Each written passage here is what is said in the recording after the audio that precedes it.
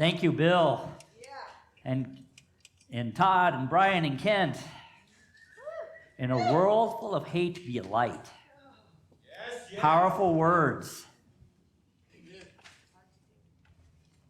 But can we be a light if we have not embraced our wholeness?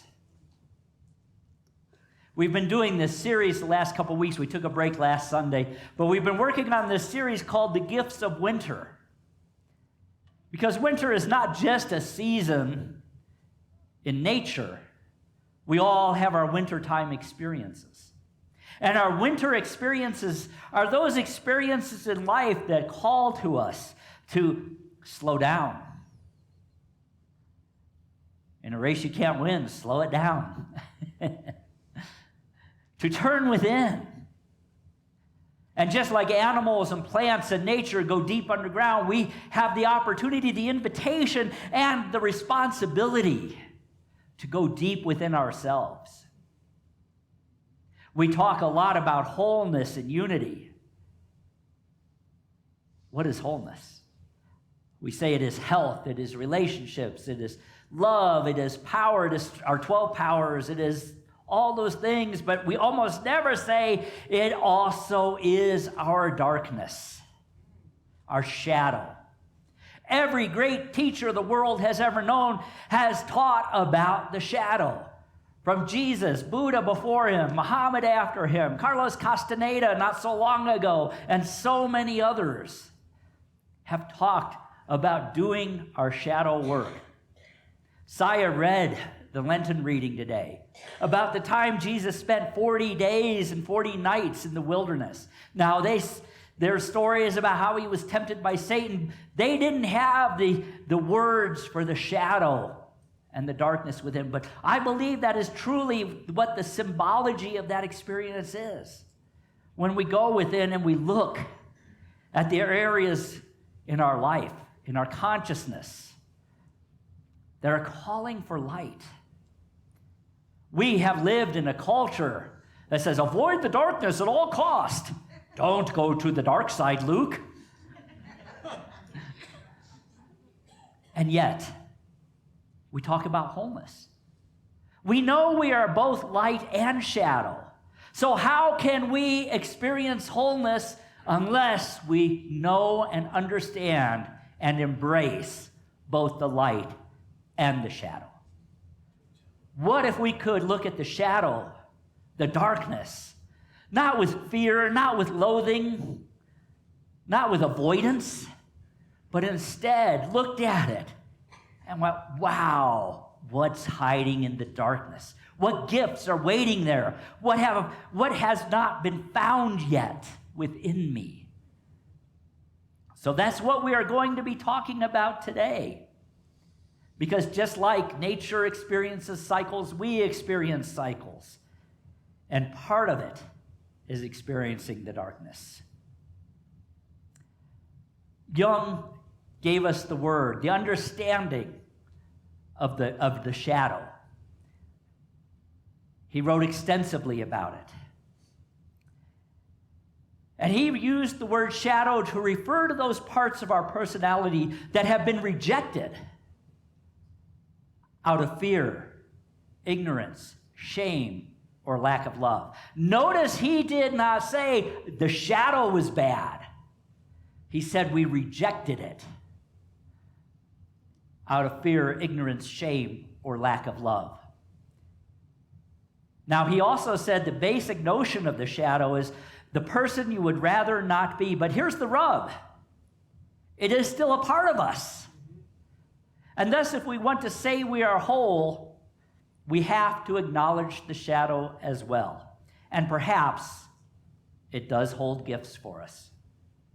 Jung went on to write, everyone carries a shadow. Unless it is embodied in the individual's consciousness, the blacker and denser it gets. Hear that? It's an invitation to embrace it. It all counts. It forms an unconscious snag within us, thwarting our most well-meant intentions. We all mean to do well, and then we all have those times when we lose it. and we forget. And we show up in ways that we think, oh, what caused that? Why did I do that? Could it be that there's something in that shadow that is thwarting our best intentions, our best efforts? I love what he wrote next. One does not become enlightened by imagining figures of light, but by making the darkness conscious. So instead of trying to suppress our shadows, we need to unconceal, own, and embrace the very things we are afraid of embracing. The shadow holds the secret of change, the essence of who we are. Within it are our most treasured gifts. There's a wonderful book called The Dark Side of the Light Chasers. And it says this: it is by embracing all of who we are that we earn the freedom to choose what we do in this world. Opportunity. Our shadows exist to teach us, guide us, and give us the blessing of our entire selves. Our life will not be transformed until we embrace the shadow. Think about Jesus. What if he had not gone into the wilderness for 40 days? What if the Buddha had not sat in the cave all those years? Would they have ever been able to express their light? There's an important phrase, and it's this: what you cannot be with won't let you be. What you cannot be with won't let you be. Try to run from the shadow, it will chase you. Go outside on a sunny day and try to avoid your shadow. There's a great lesson there. So one of the ways we begin to move into this experience of embracing the shadow with understanding, faith, strength, and love is by noticing what we are failing to notice. Daniel Coleman wrote, "The range of what we think and do is limited by what we fail to notice. And because we fail to notice that we fail to notice, there is little we can do to change until we notice how failing to notice shapes our thoughts and desires." We hear notice what you're noticing, that's important, but notice what you're not noticing. Another quote: "The shadow is not what we know about ourselves, don't like, or keep hidden. Rather, the shadow is what is true about us that we don't know at all, and if accused of it, would adamantly and sincerely deny it." And Carl Jung said, "Until you make the unconscious conscious, it will direct your light, and you will call it fate, or the devil, or any other name like that." So let's look at the shadow. There are 4 aspects to it. The first is the individual shadow. What is our personal shadow? Everyone has one. I promise you, everyone has one. Jesus had one. Buddha had one. Everybody has one. And because what is within is also without, we can ask, what is our organizational shadow? For our purposes, what is unity's shadow? Yes, we have one. And then there's the cultural shadow. What is our country's shadow? Could it be our country has a shadow? Just turn on the news. And then, of course, there is the collective shadow, the shadow of all of humanity. So let's begin with the individual shadow. The purpose of the shadow is to keep us safe through the repression of our characteristics and desires that we may think are unacceptable or inconceivable to our ego. Shadow characteristics can either be negative, what the ego would consider to be morally beneath it, or positive, what the ego believes is above it and unreachable. Sounds a little like religion. Here we are, and yet we're tempted by all this stuff from down below, and we're called to reach up and try to become an example as of Jesus, and yet we're at the same time told you can't reach that. In some circles, they call this the sinister shadow and the golden shadow. In religion, it's Satan, and in awakening or enlightenment. Or in unity, we would say Christing.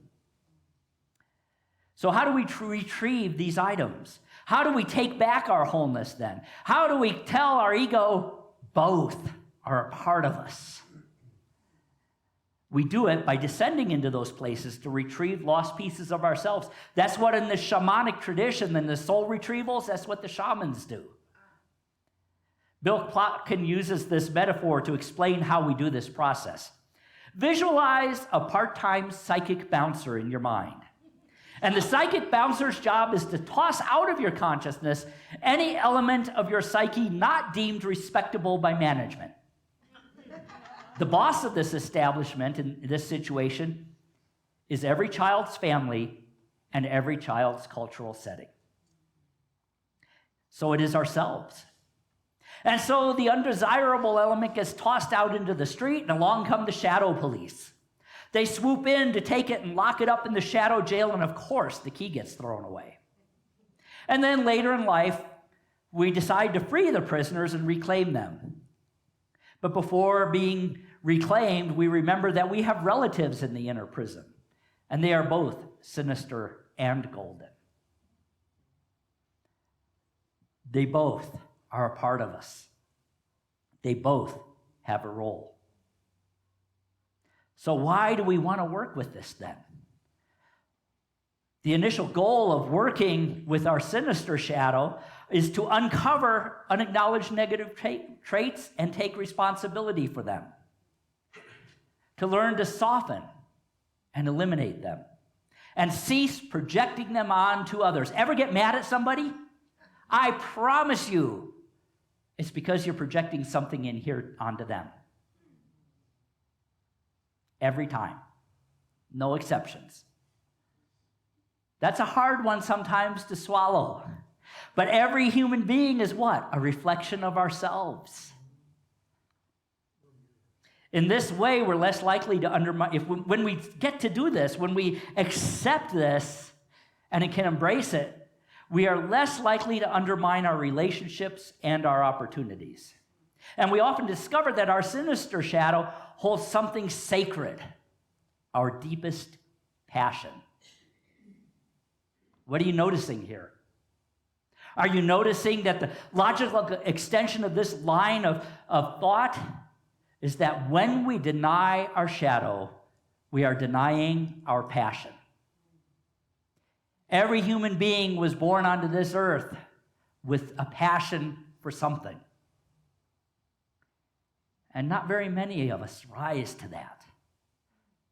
Why? It's because we've been immersed in a culture that says, stuff it down, hide it, keep it in the darkness. Perhaps that is what Paul meant when he said, I am made whole by the renewing of my mind. We renew our mind when we embrace the entirety of what is in there. We cannot express our passion unless we do that. We cannot be holy until we become whole. So that's individual shadow. What about our organizational shadow? Unity has an organizational shadow. Oh no, of course we do. To deny it would be unhealthy. So what do we deny in New Thought so often? Well, to answer that question, we probably should first look at what is it we value. We value being positive, being love and light, peace, wholeness. And what are we most uncomfortable with then? Negativity. Oh, can't be negative. Conflict. Darkness. Ooh, can't talk about darkness. Hey, I'm doing a whole Sunday on it. Anger, hate, fear. We avoid that sometimes. We think we're so spiritual that we can't go there. Oh, yes, we can. And so the way we get around it sometimes is by practicing what we call spiritual bypassing. A Unity friend of mine wrote this: using spiritual bypassing is using spiritual ideas and practices to sidestep personal, emotional, unfinished business, or to shore up a shaky sense of self, or to belittle basic needs, feelings, and developmental tasks. How do we do it? Well, we do it like by saying things. If somebody says something negative, we go, cancel, cancel. That was big like in the 80s and 90s. I remember everybody was saying it. Cancel, cancel. No! If it's there, don't cancel it. Look at it. Say, what gift are you offering me? I'm not going to cancel it out. I'm going to embrace it. Of course, there was always, well, what did I do to draw this to myself? Nothing. It's part of you. You didn't draw it to you. It's you. Spiritual bypass is a term that describes attempts to rise above and deny unpleasant emotions, experience, and realities so that we can feel good and avoid painful truths. But we all have that part of us that's calling to be healed, that's calling to be having light shined upon it. And so we bury them in the subconscious rather than resolving to integrate them into our being. What about societal levels? There are uncomfortable realities and injustices that have to be acknowledged and addressed. And when we avoid facing the issues, we invalidate the lived experiences of others while shirking our own accountability to ourselves and to the rest of humanity. In both situations, we are offering up only positive thinking, love, and light, but circumventing the root of the issues at hand. And that is why some of our big issues in the world today don't ever seem to be getting solved. Some other signs of spiritual bypassing: not focusing on the here and now, not being present in this now moment, not being aware or willing to see what is happening around us in the moment. Another one is living in the spiritual realm all of the time. I had a very wise Unity teacher, he was the minister right here many, many years ago, who said, "Do not become so heavenly minded you are no earthly good." I know people who always talking about, oh, this spirit guide said this, or this person said this, or God told me this, and yet they never are aware of what's happening in the moment, of what experiences they're really having and taking part in. We often overemphasize the positive and avoid the negative at all costs. And yes, even in Unity, sometimes we can become self-righteous about New Thought, about the concept of enlightenment. We do it too. We can become overly detached, overly idealistic, overly compassionate. That's fixing, trying to fix each other. Instead of empowering each other to heal themselves. Or pretending that everything is okay when it's not. You know, anybody ever heard this or said it? It's all in divine order. Sometimes it's not. And sometimes the divine disorder is the good thing. What about cultural? What about our country's shadow? Well, as I said, if you want to know if the United States it's our country, so that's the one we're going to talk about, our shadow, okay? We have a shadow. Think about how it shows up. Just turn on the news and you'll see it everywhere. Prejudice in its many forms, greed, racism, misogyny, a celebration of ignorance, a demonization of poverty, gun violence. And there's a thread that runs through all of this, and it is denial. It is denial. Melissa Renzi, another Unity author, identified 5 ways in which we spiritually bypass this. But I'm going to pick one, and that one, because it is Black History Month, I chose racism. That is a shadow that this country has had to work on since even before it was founded. And I know there was a period in time where I said it, well, I don't see color. And then one day somebody said, you're missing everything if you don't see it. You're missing the beauty that all the colors make up. And just a few years ago, we heard people going, well, all lives matter, when the Black Lives Matter came out. And people saying, we are all one human race. And in the absolute reality, that is true. But from a non-dualistic perspective, we could even add that all animals, plants, and all manifestation is one. But in the relative reality, this is a harmful dismissal of the very real world we live in, where not everyone is treated as one human race. Nor does each person have the same one access to safety, healthcare, housing, food, education, and other basic human needs that matter for all lives. Denying color not only invalidates others' experiences, it tells people you don't see them. But it also permits the avoidance of responsibility in doing our part to create the conditions that are equal and beneficial to everyone. That is why I say sometimes when we start the service, we rejoice that all colors are on the spectrum of light. It's one light with many different colors. And the light has no beauty if we cannot see all the colors. So our shadow work as a nation is to clean out that which infected our democracy from its inception, to acknowledge and atone for our history in order to create healing, to create, finally, the unfulfilled promise of a perfect union. Does that make our country less than great? Absolutely not.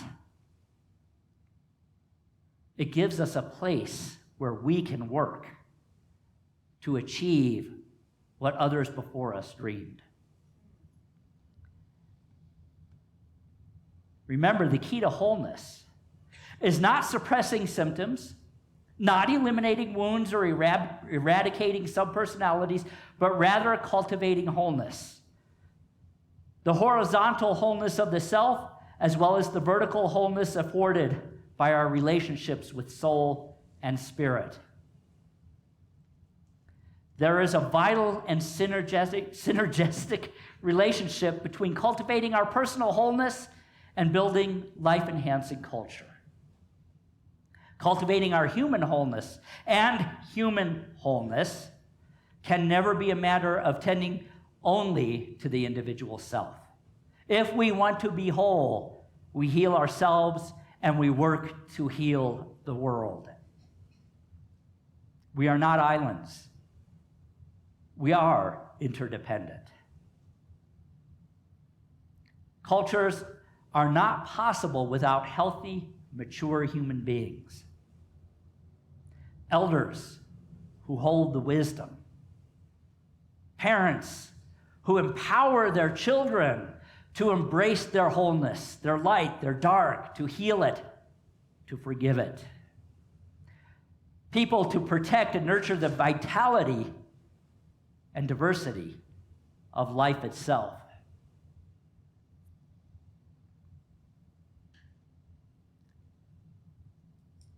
What about the collective wholeness? The collective shadow, is part of the wholeness. The collective shadow. That's the shadow of all humanity, the entire human race. It is the sum total of past and present, the good and, for the shadow, the bad, the cruelties, the tragedies, the horrors perpetrated by humankind and stored at a deep, unconscious level. It's not always glaringly apparent, but it is part of our cultural DNA. It is so ancient that it is ingrained into the very fabric of society oftentimes. These shadows can include religious discrimination, racism, which actually isn't all that ancient. It's a fairly modern thing. Ageism, ableism, homophobia. Homophobia is pretty recent, too, in human history. And anything that others or condemns or rejects individuals or groups. How do we tackle that? Well, the first thing we need to realize is that whatever has been internalized within us is ancient. We're not always aware of it. Layer by layer, we uncover it as we go within. The collective shadow is literally the sum total of all the darkness, all the atrocities that have ever been experienced. However, we can change it. The first thing we have to do is accept that it's there and then forgive. When Jesus said on the cross about the centurions that crucified him, he said, "Forgive them, for they know not what they do." How oftentimes do we not know as a race what we are doing? What happens when we do the work, though? Well, we become humble. We become open. We become willing to learn and to grow. And stagnation, that's the word, breaks apart. So how do we do it? There's 5 things we can begin to do to incorporate the collective shadow and our individual shadow into our spiritual practice. The first, expand the bubble of our awareness. Expand the bubble of our awareness. Be aware of where the feelings we have and our individual relationships and experiences are coming from. Be aware that there's something within us that is calling us, begging us to bring our light into it so that we can discover it. Because there are great gifts there. That is where growth happens. Second thing is observe our ingrained prejudice and negative conditioning. We all have some. We are part of the human race. We are spiritual beings, but we are very definitely having a human experience, and this is part of the human experience. What ways are we perpetuating old and unhealthy beliefs and ideas? Othering is a way we do it sometimes. A term used in sociology that means treating another person or a group as essentially alien and reducing them to a socially inferior stance. It's about creating an in-group and a not in-group. We all do it. We do it to ourselves. Take responsibility and practice humility. And what that means is we're going to mess up. I mess up. Well, not much. No, actually, yes, I do. Take responsibility and accept that we're going to mess up. You know, we're doing a lot of different things in Unity, in this Unity Center, that are unique to the movement, and the movement's kind of watching us to see if it works. We're the guinea pig, I guess. But what I always say is some of the things we try will not work. It's okay. When we're trying to work with our inner stuff, we will try things and some of them won't work. You didn't fail. You just found one way that didn't work. There's a zillion other ways to try. So don't be afraid to mess up. The word fail means first attempt in learning. The other one, the next step is connect with your heart. Be proactive.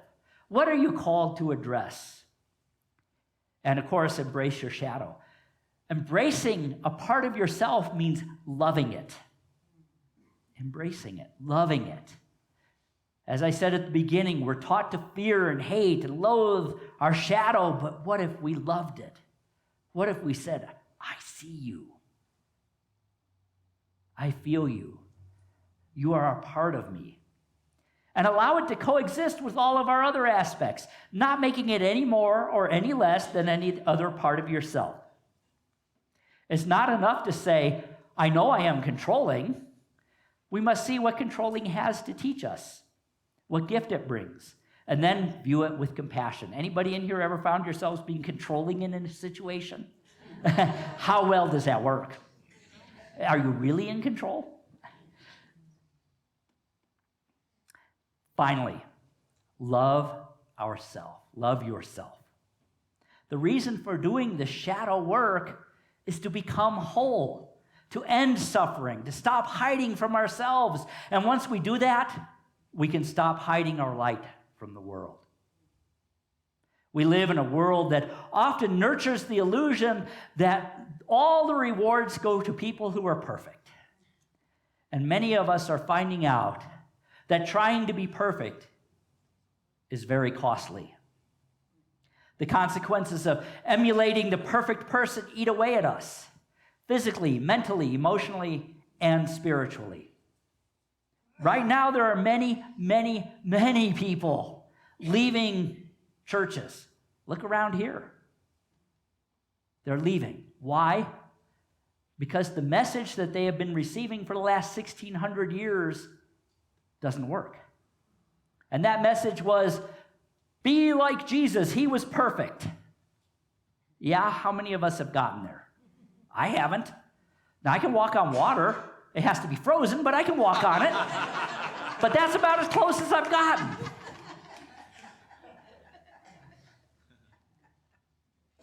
Jesus was a human being. Every time he was asked who he was, he said, I am the Son of Man, which was their way of saying in those days, I'm like you. I have my light, and yes, I have my darkness. Just look at what he did in the temple. And I think there was a certain fig tree that he got a little angry with. But he claimed his wholeness. We claim our wholeness. And when we claim our wholeness within ourselves, we can process every trait and its polar opposite and heal it and bring it into wholeness. Here's something we forget. It is our birthright to be whole, to have it all. I don't mean monetarily and materially, but to have all of spirit. It only takes a shift in perception, an opening of your heart. When you can say, I am that, the deepest, darkest aspect of yourself, then you can reach true enlightenment. Because it is not until we fully embrace the dark that we become the light. You, each and every one of you, each and every human being who hears these words, each and every human being who has ever lived, is living, or will live, is created whole, light and dark. And the darkness is the place that light flows into. The darkness is where growth occurs, where we evolve. It is where we finally discover, I am more than I have become. So do not fear the darkness. Your greatest gifts await you there. And when you have uncovered your greatest gifts, you will shine your light and empower those around you to illuminate their darkness and discover their gifts. So never be afraid to shine your light into your darkness. I'm going to close with a quote from Emily Cady, the great teacher, who said, we talk about light, but light itself must shine into the darkness before you can see the light. Do not be afraid to let your light shine, even in the darkest winter of your experiences, for light will always bring forth light.